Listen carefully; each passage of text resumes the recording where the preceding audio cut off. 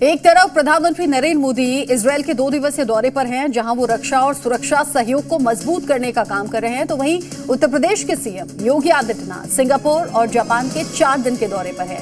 योगी Singapore से आज सीधे जापान पहुंचे, जहां वो कई जापानी कंपनियों के निवेशकों से मिले और राज्य को वैश्विक निवेश केंद्र बनाने के प्रयास को गति दी।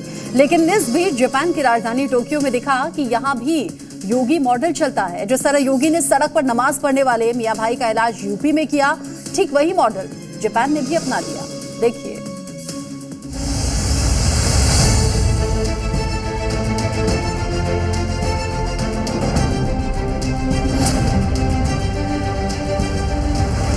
यह संबंध सूर्य की प्रथम किरण से प्रारंभ होकर के और सूर्यवंश की राजधानी उत्तर प्रदेश को एक आत्मीय संवाद के साथ जोड़ती है।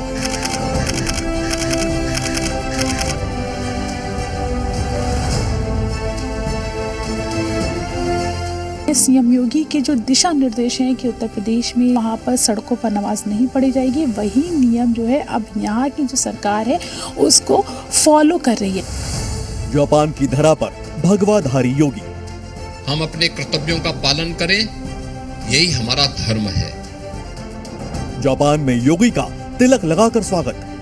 नमः पार्वती पतिये हर हर। जापान में योगी के नए उत्तर प्रदेश की गूंज। मैं आप सभी इंडस्ट्री लीडर का आह्वान करूंगा, उत्तर प्रदेश के अंदर आप लोग अपना निवेश करें।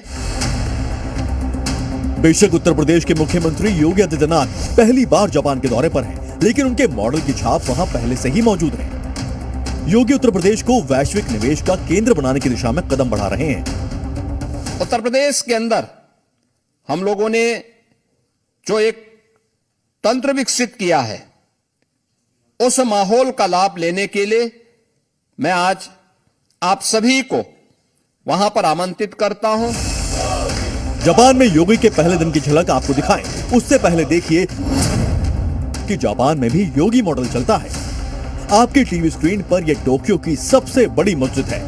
आज यहाँ मुस्लिम समुदाय के लोग 5 वक्त की नमाज पढ़ने आते हैं, क्योंकि सड़क पर नमाज नहीं पढ़ने के निर्देशों का पालन जिस तरह से योगी ने कराया, उसी योगी मॉडल को जापान ने भी अपना लिया। क्योंकि जापान में नमाजियों ने हद पार कर दी थी, जहां चाहते थे वहीं चादर बिछाते थे और नमाज पढ़ने बैठ जाते थे। इसके खिलाफ जापान में आवाज तेज हुई। जापानी नागरिक सड़कों पर नमाज पढ़ने के विरोध में आ गए, सड़कों पर प्रदर्शन किए गए। तब जापान सरकार ने योगी मॉडल को अपनाया और अब देखिए मस्जिद के अंदर नमाज पढ़ी जाती है। अब जापान में सड़कों पर नमाज नहीं होती। यहाँ पर जो है ये हम जापान की मस्जिद में मौजूद हूँ और हम आपको दिखा रहे हैं कि किस तरीके से यहाँ पर जो है नमाज जो है वो अदा की जा रही है। जिस तरफ फेस करके लोग नमाज पढ़ते हैं वो मक्का की तरफ है। जिस तरीके से सीएम योगी का जो फरमान है, सीएम योगी के जो दिशा निर्देश हैं कि उत्तर प्रदेश में जो मस्जिद है उसको वहाँ पर सड़कों पर नमाज नहीं पढ़ी जाएगी, वही नियम जो है अब यहाँ की जो सरकार है उसको फॉलो कर रही है। टोक्यो में तुर्की ने अपने कारीगर भेजकर यह मस्जिद तैयार करवाई। ये जो मस्जिद है ये सन 2000 में बनाई गई थी और उसके अंदर उस समय पर यहाँ पर टर्की कंट्री ने इसकी नक्काशी करवाई थी। जापान ने योगी मॉडल योगी की उनकी धरा पर आने से पहले ही अपना लिया था। इसीलिए तो जब टोक्यो में योगी का निवेश रोड शो शुरू हुआ तो माहौल ही अलग था। मंच पर सीएम योगी के आने से पहले ही देश की बड़ी ऑटोमोबाइल कंपनियों के प्रतिनिधि उत्तर प्रदेश की तारीफों के पुल बांध रहे थे। यही योगी राज में बदलाव और नए यूपी की तस्वीर पेश करता है। विकास के प्रति हम वो सब कुछ करें जो हमारे देश के हित में हो और मानवता के कल्याण के हित में हो। कभी जिस राज्य को उद्योगों के लिए चुनौतीपूर्ण माना जाता था, आज वही उत्तर प्रदेश निवेशकों के लिए सबसे भरोसेमंद ठिकाना बनकर सामने आ रहा है।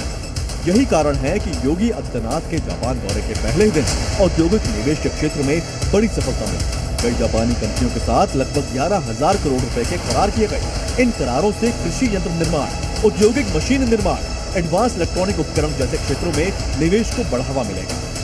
योगी टोक्यो नगायो के बीच चलने वाली जापानी मैग्लेव ट्रेन से 100 किलोमीटर की यात्रा करेंगे। ये ट्रेन चुंबकीय शक्ति से हवा में तैरते हुए 600 किलोमीटर प्रति घंटा की रफ्तार पर चलती है। इस यात्रा का उद्देश्य उत्तर प्रदेश में एडवांस मेट्रो और हाई स्पीड कनेक्टिविटी को बढ़ावा देना है। इस समय हम मौजूद हैं जापान मेट्रो में। ये कोई मामूली मेट्रो नहीं, ये वो मेट्रो है जो कि हवा से बातें करते हुए चलती है। 100 किलोमीटर प्रति घंटे की रफ्तार से मेट्रो की रफ्तार होती है और यही अत्याधुनिक जो मेट्रो है वो जल्द ही अपने यूपी और उत्तर प्रदेश में भी दौड़ेगी।